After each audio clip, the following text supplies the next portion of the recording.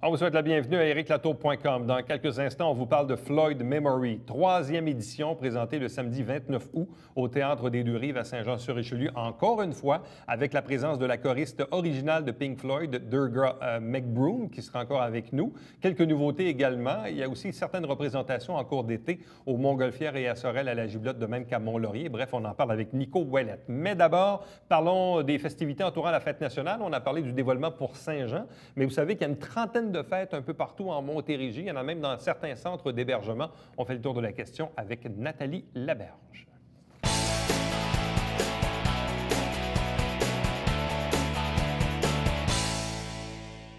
Vous savez, il y a quelques jours, on procédait au dévoilement de la programmation des festivités de la Fête nationale ici, à Saint-Jean-sur-Richelieu, mais des fêtes nationales, il y en a un peu partout au Québec, en Montérégie, sur la Rive-Sud. On va faire le tour avec Nathalie Laberge. Bonsoir et bienvenue. Bonjour. Il y a combien de festivités ici en Montérégie? En Montérégie, il y en a 36. 36? 36 projets, dont une dizaine qui sont dans des centres d'hébergement pour personnes âgées. Ah, ça, c'est intéressant, ça. Oui. Donc, comment ça fonctionne? Disons que, je ne sais pas, moi, je suis le centre d'hébergement XYZ, puis je veux faire une festivité à l'intérieur de mon établissement. Je vous contacte? Oui. Dans le fond, c'est des organismes à but non lucratif. Ouais. Donc, ils nous contactent, ils remplissent un formulaire via un site web et puis on forme un jury. Pareil comme les fêtes ouvertes et on établit un budget. En conséquence du projet qui est soumis. Oui, c'est ça. Sur les 36 fêtes en question, dont les 10 là, dans des centres d'hébergement, c'est ce que j'ai compris, quelle est l'ampleur des fêtes, autrement dit? Il y en a des petites, il y en a des moyennes, il y en a des plus grandes. Ça va de quoi à quoi?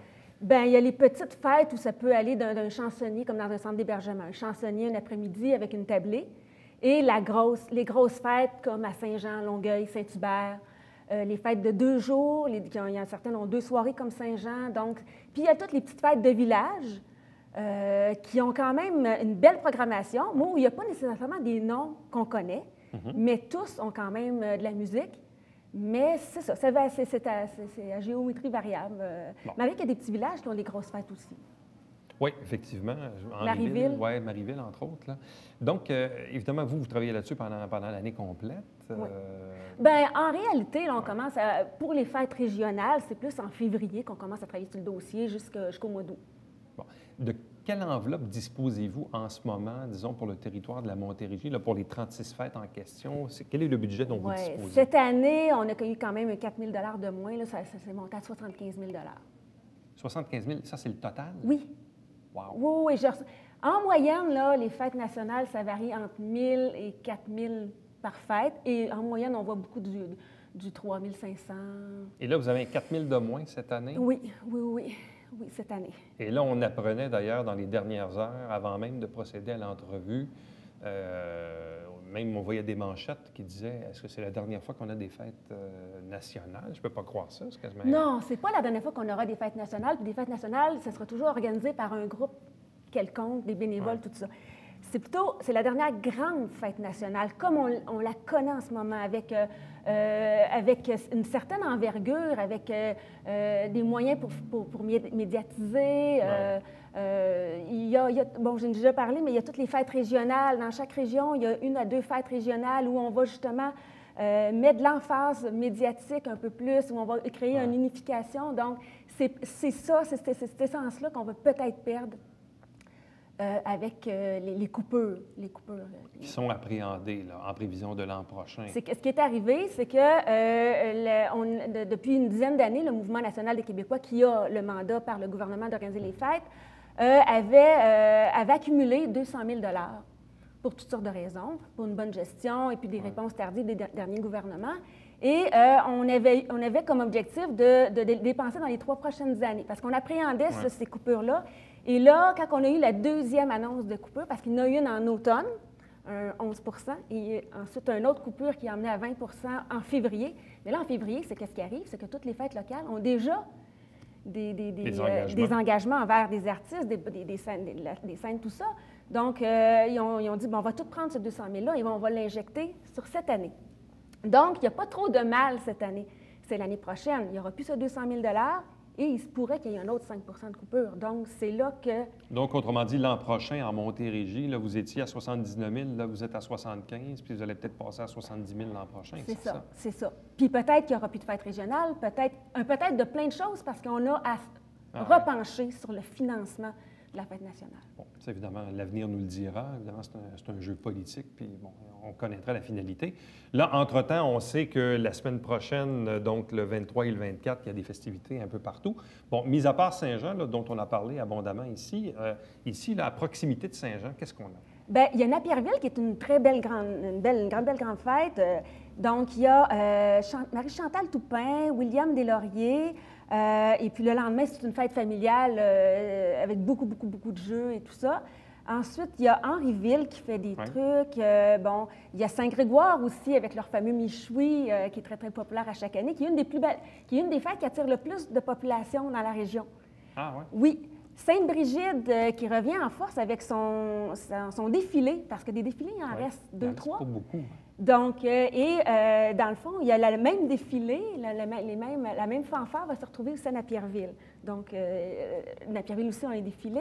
Saint-Rémy, qui est quand même aussi... Saint-Rémy reçoit Caen. Ah ouais? Oui. Caen est à Saint-Rémy. Oui. Puis, il y a Luc de la Rochelière qui est à Chambly. Chambly a fait une fête exceptionnelle cette année à cause du 300e anniversaire. Donc, ils ont vraiment mis tout le paquet. Ils ont une très belle programmation le 24 juin.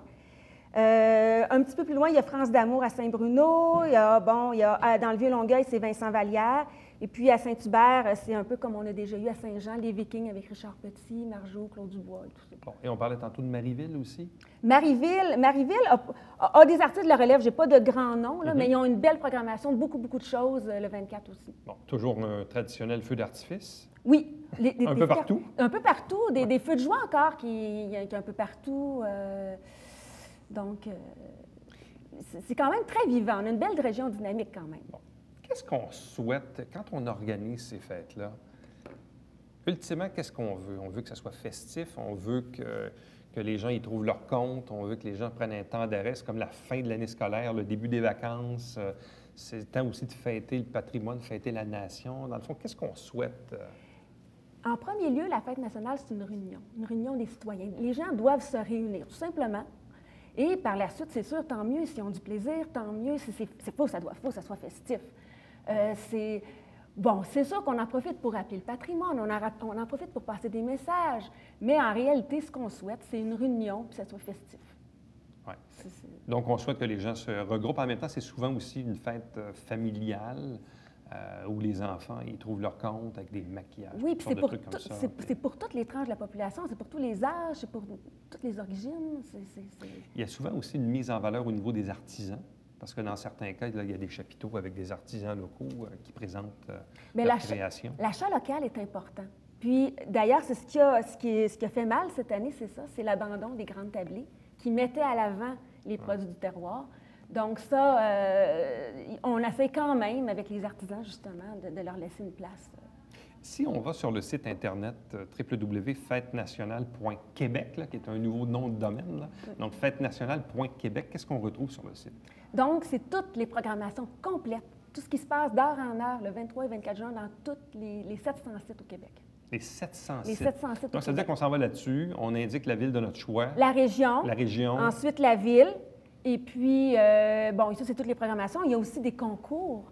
Il y a aussi une panoplie la thématique, d'où vient le texte, les mots du porte-parole Stéphane Archambault, toutes des choses comme ça. Bon. Évidemment, ici, quand on dit Montérégie, c'est la Rive-Sud au grand complet, hein, c'est un peu ça. Puis évidemment, des festivités, comme vous le dites, là, il y en a un peu partout. Je reviens à ces festivités là, dans les centres d'accueil, en fait. Hein, c'est un peu ça, les centres d'hébergement. On dit au nombre de 10. Est-ce qu'il y en a ici à proximité dans la région? Oui, Georges Faneuf. Ah oui? Il y a aussi le centre Gertrude Lafrance. Richelieu aussi. J'essaie de voir. Il y a Marieville, Richelieu, mais c'est surtout ici... à Georges Faneuf puis à Gertrude Lafrance, où il y a des festivités à l'intérieur des murs de l'établissement pour la fête nationale. La plupart, nationale. ils ont une grande tablée, ils vont mettre des nappes du Québec, ils font faire un gâteau avec la thématique de l'année. Souvent, ils ont des chansonniers aussi. Puis ils ont tous l'obligation, fête fermée ou ouverte, ils ont tous l'obligation de faire un discours patriotique ou un hommage au drapeau. Ou si c'est dans une ville, ça va être le maire qui va venir faire un discours. Si c'est dans un centre d'établissement, souvent, ça va être le directeur ou le président du conseil d'administration. Donc, ça fait partie des choses qui sont demandées. Et vous savez qu'il y a même des chansonniers, il y a des centres d'hébergement où les patients ne peuvent pas se rendre à la salle. Alors, les chansonniers se promènent sur les étages et ils vont faire les chansons à chaque patient.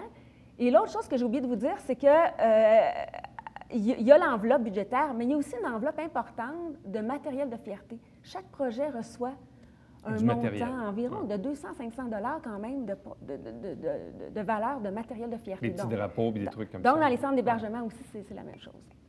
Donc, la fête nationale, 23 et 24 juin, un peu partout au Québec et ici dans la région, en Montérégie.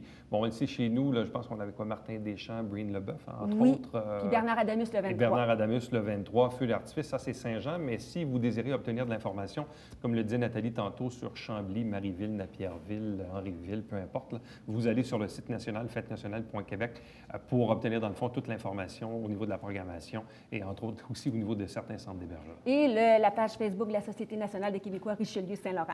Tout à fait. Nathalie Laberge, merci beaucoup. Merci. Bonne chance, bonne festivité. Restez avec nous puisqu'au retour, on vous parle d'un spectacle qui revient pour une troisième occasion. C'est à la fin du mois d'août au Théâtre des Deux-Rives à Saint-Jean-sur-Richelieu. Il s'agit de Floyd Memory.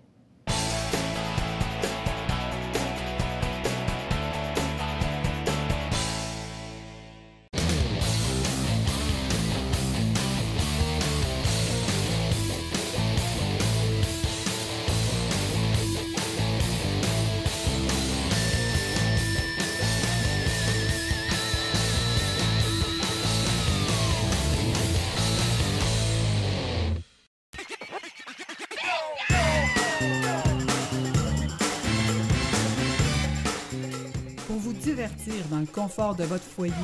Télé-bingo, TVHR, tous les dimanches matins, 9h30, avec votre meneur de jeu, Alain Rameau. C'est un rendez-vous.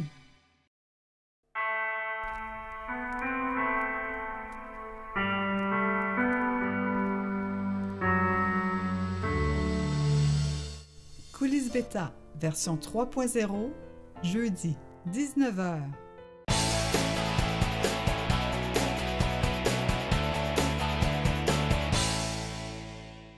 Floyd Memory est de retour pour une troisième édition au Théâtre des Deux-Rives à Saint-Jean-sur-Richelieu le 29 août prochain. Donc, c'est quand même bientôt parce que là, on amorce évidemment le cycle des vacances et tout ce qu'on sait, c'est qu'on va se retrouver au mois d'août. Ça va être le retour de la saison. Avec nous pour en parler, le promoteur lui-même, membre de Floyd Memory, Nico Ouellette. Bonsoir et bienvenue. Salut, Eric. Troisième édition. Mais en plus, ça sera la deuxième édition consécutive. Vous aurez la contribution de la choriste Durga McBroom. J'ai répété l'événement l'année passée, ça a été sublime. Elle est arrivée ici, techniquement, pas de pratique, mais on s'entend-tu, elle a fait de la tournée Division Bell à Connington. Puis, on s'est dit, dans le setlist, tu vas chanter ça. Elle ne fait pas juste des back vocals. Puis elle a fait plein de tunes, elle a chanté Run Like Elle, elle a fait le tour de la salle à la fin, le monde était debout, elle en a un cachet, le fun, puis original de qu'est-ce qu'on n'entend pas habituellement, dont le show était. Même nous autres, on a capoté. C'était magique, c'était débile. Et qu'est-ce qui fait qu'elle a accepté de revenir pour une deuxième année? Honnêtement, je vais te dire des sous, parce qu'elle, ce qu'elle fait d'autres band tribute en Italie, dans d'autres pays. Puis c'est sûr qu'elle, techniquement, elle vit de ça. Oui, ouais. exactement. Bon. Elle essaye de percer avec ses albums et tout. Elle a un talent monstre, mais c'est sûr que Pink Floyd, elle l'a imprimé tout partout. Fait que, tant qu'autant que les gens vont la payer ou quelqu'un va offrir une tournée, dont sa sœur chante avec les Australians. On a eu un backstage récemment, puis je les ai rencontrés. J'ai rencontré sa sœur, puis elle me dit « Hey, on fait un show, nos deux sœurs, les deux ensemble. » Oui, mais, tu sais, deux, plus cher. Non, on va commencer par une. Puis pourquoi Durga? Parce que Durga, c'est elle qu'on a connue en premier, puis le kit. Mais, en même temps, je présume qu'elle a dû apprécier l'expérience l'année passée, parce que, je ne sais pas, ça fut un peu de l'apprentissage, parce que là, vous êtes allé la chercher à l'aéroport, cette journée-ci. Elle aurait pu faire le spectacle puis dire, bon, gars, je l'ai fait monétairement, puis c'était comme poche, mais tu sais, on a fait un méga show, on avait une belle structure, on l'a super bien accueilli, on a fait un party après chez nous, on a fait une pratique même la veille chez nous avec les choristes et les chorégraphies. Fait que l'entourage était là, puis cette année, elle a accepté. Moi, j'ai booké, ça fait longtemps, ça fait quasiment 10 mois que c'est booké d'avance. Ah, oui, déjà. Juste d'avoir des dates au Théâtre des Deux-Rives, ça a été difficile. Puis là, vois-tu, je les ai eus, là, comme je te dis, il y a à peu près 10 mois, puis j'ai tout de suite mis le dépôt, puis elle, ça prend un contrat, puis il faut faire ça sur bonne uniforme, on n'a pas le choix. Le Deux-Rives, c'est quand même pas loin de 800 places si on le remplit au grand complet. Les 2 premières éditions, ça avait donné quoi? Écoute, au moment où on se passe, on fait la première édition sans Durga, 337 billets vendus. On est plus ou moins connu, on donne un bon show. C'est le premier. Deuxième année, 630. Quand même. Si je regarde les stats à 2 mois et demi d'avance, on a déjà doublé nos ventes. Ah, oui. Fait que est-ce qu'on va avoir ce même ratio-là ou Saint-Jean va arrêter à 300-400 puis le reste, c'est de la consignation, des ventes en consignation que nous, on fait? Je ne sais pas, je vais le savoir le 29 au soir, on va dire. Mais d'après mon target, on devrait remplir la salle. C'est quoi la différence entre le show de cette année et celui de l'année passée ou celui de l'année d'avant? Pour le public, là, qui lui, a peut-être tenté de revenir, quelqu'un pourrait dire, ben, je les ai vus l'année passée, pourquoi je reviendrai cette année? Moi, je vais te dire les commentaires que j'ai. Là, si toi, tu avais assisté au spectacle, tu viens me voir, tu me dis, je vais emmener mon ami.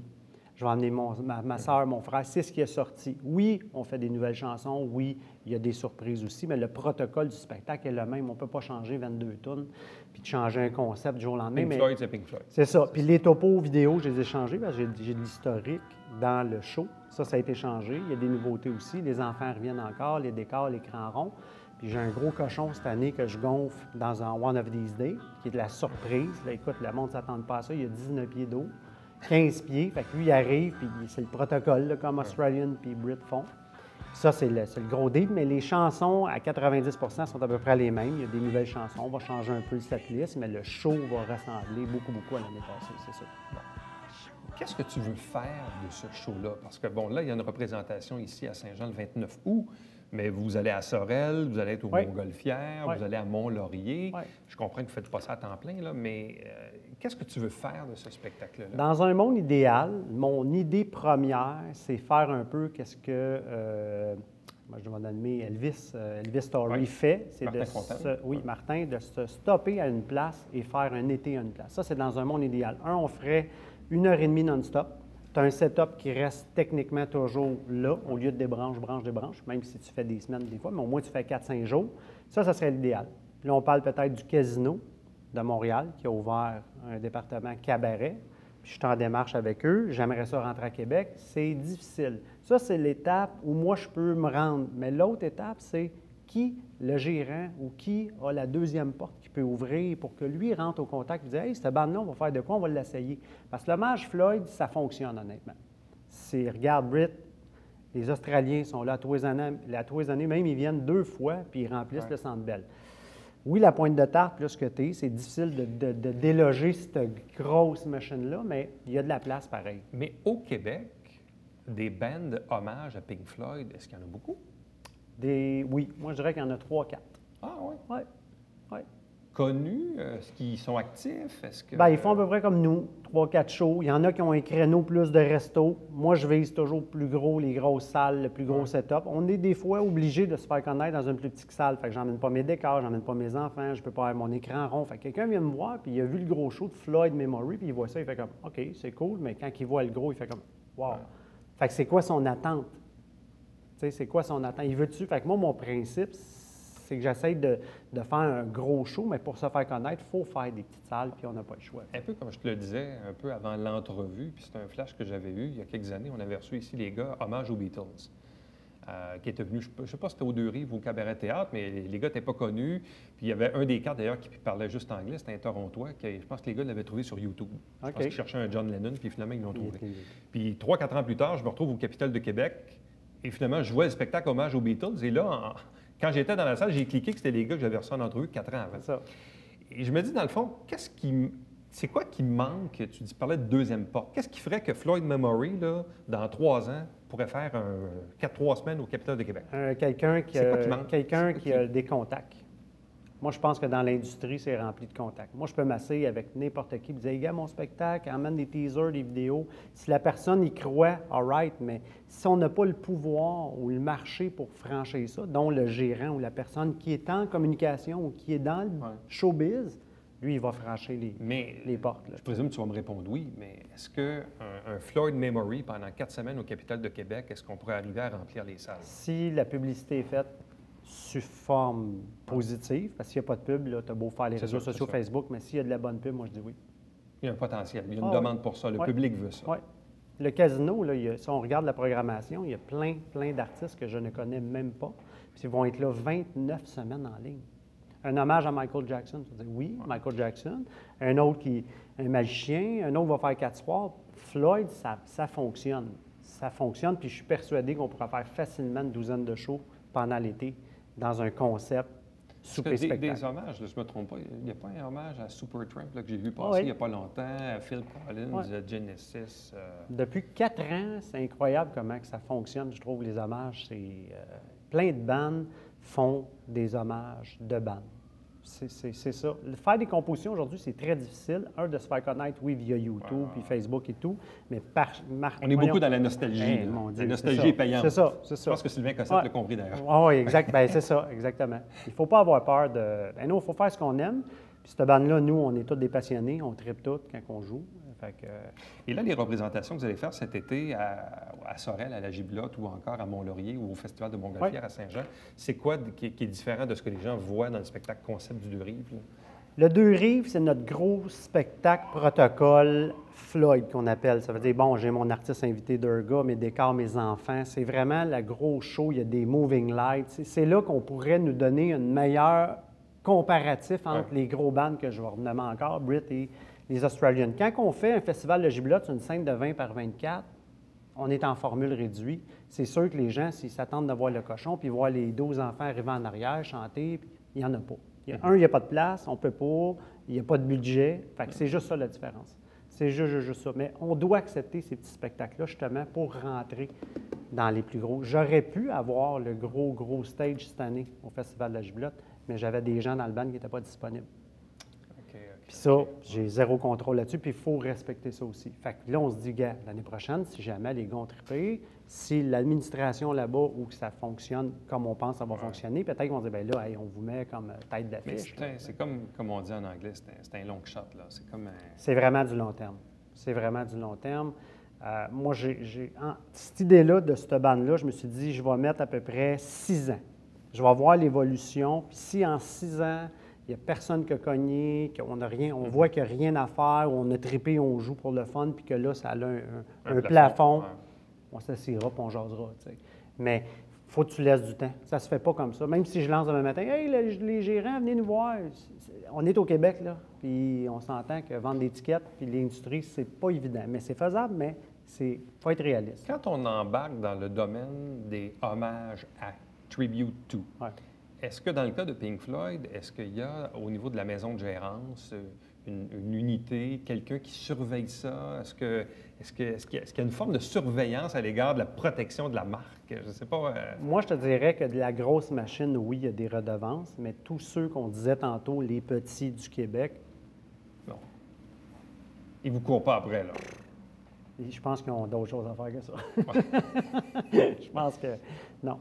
On fait 4-5 shows. Même si on lui donnait, je ne sais pas, le pourcentage à Sodrec ou... non. En 2015, il reste quoi de Pink Floyd aujourd'hui? De la formation originale, des L'album qui est sorti ça fait pas longtemps, avec justement M. Gilmour et Durga McBroom qui a chanté sur cet album-là, dont on fait la nouvelle chanson pour Durga et tout. Fait qu'on va avoir cette nouvelle chanson-là. Il reste ça. Water, il a fait la tournée de Wall, il a fait la grosse patente, dont il a fait à Québec, il a fait Montréal, le The Wall original que moi j'ai vu, wow. Puis lui, là, il est à retraite, c'est fini. Gilmour, il a fait cet album-là, qui ont sorti, là, il y a à peu près 5-6 mois. Puis là, il parle de peut-être faire une petite tournée. Gilmour avec son band, un peu plus unplug acoustique. Fait que, écoute, ils ont rendu à 77 ans. Wow! Ils ont fait le boss, puis ils ont créé la musique qui va jamais mourir, à mon avis. T'sais. Il y a de la musique comme ça dans la génération 70, que tu prends Genesis, Supertramp, que tu prends... moi, je ne me tente pas d'écouter ça. Ça ne meurt pas. Ça ne meurt pas. Puis Pink Floyd, ça fait partie des classiques incroyables, puis des albums qui ont vendu mondialement incroyables.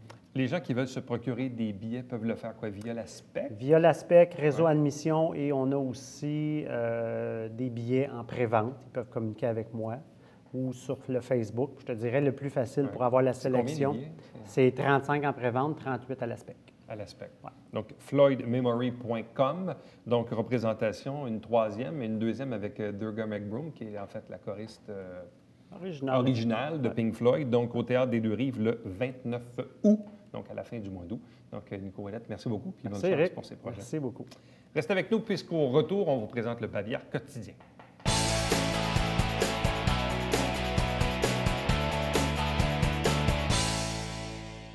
Si bien sûr vous vous posez la question à l'égard des ordures ménagères ou encore du recyclage, la collecte sélective, concernant la fête nationale ou encore la fête du Canada, les mercredis 24 juin et 1er juillet, il n'y a aucun changement à l'horaire pour la collecte.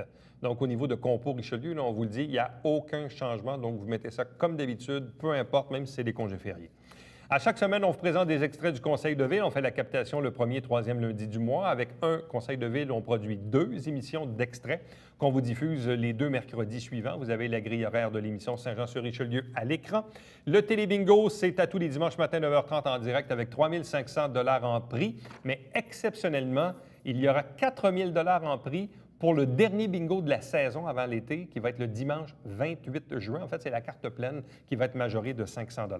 Donc, pour avoir les détails, vous avez le site Internet. Vous pouvez téléphoner au 358-1912. Il y a une trentaine de dépositaires pour acheter vos livrets. Voici les coordonnées de la télé, coordonnées postales, téléphone pour me joindre directement par courriel. Éric Latour, à commercial, tvhr9.com. Visitez le site Internet pour revoir les entrevues que vous avez manquées. Vous pouvez nous aimer et nous suivre sur Facebook et sur Twitter. L'émission que vous regardez est diffusée tous les jours de la semaine, lundi au vendredi, mais on rappelle également le dimanche, entre 16 et 18h30. Je vous rappelle qu'on en est à notre dernière semaine de production originale. Il y aura quelques rediffusions à la fin du mois de juin. Et bien sûr, on se retrouvera de l'autre côté en septembre prochain. Là-dessus, on vous souhaite une bonne journée, une bonne soirée et on se retrouve bien sûr demain. Bye-bye.